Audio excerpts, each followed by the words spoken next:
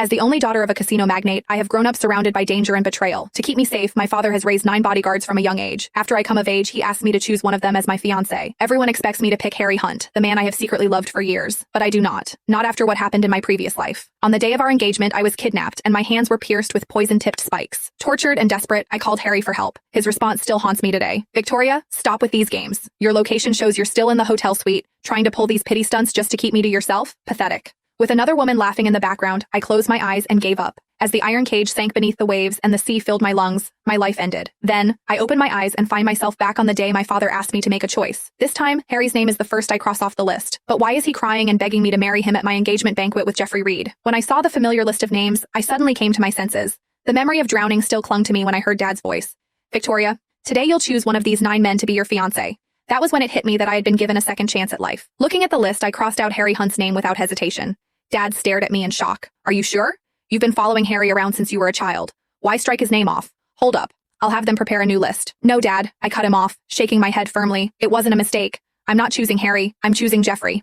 In my mind, I could still see Jeffrey Reed's devastated expression after my death, his voice hoarse from screaming my name. Seeing how determined I was, Dad said nothing more and nodded in agreement. He told me to keep it hush for now. In 3 days, he would make the announcement himself at my engagement party. I left Dad's study room and walked into the villa's grand hall, where I came face to face with Harry. At his side was Ember Burke. The moment she saw me, she shrank back and hid behind him like I was a monster. Harry pulled her close and whispered, "Don't be afraid, Ember. I won't let anyone hurt you." He turned and glared at me with pure hostility. "Victoria, although Ember's a scholarship student sponsored by your family, that doesn't give you the right to bully her." I froze. This was not how things had played out before. Ember lifted her red, swollen hand onto his arm and said carefully, "Harry, please don't blame Ms. Webb. I was born humble, so washing her clothes by hand isn't a big deal." I blinked in disbelief. I did not ask Ember to wash my clothes. That was when I realized she had been pulling the same act again, pretending to be the victim to gain sympathy. Before I could defend myself, Harry snapped, his voice cracking like a whip. "Victoria, even if you chose me as your fiancé, I would never love a woman as cruel as you." After saying that, he turned to Ember and gently caressed her hand, pity clouding his eyes.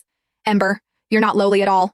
You're worth more than people with hearts full of malice." He cast me a look of cold disdain. And just like that, the sharp ache returned. In this life, just as in the last, Harry never believed me. Just then, a stranger suddenly lunged at me with a knife.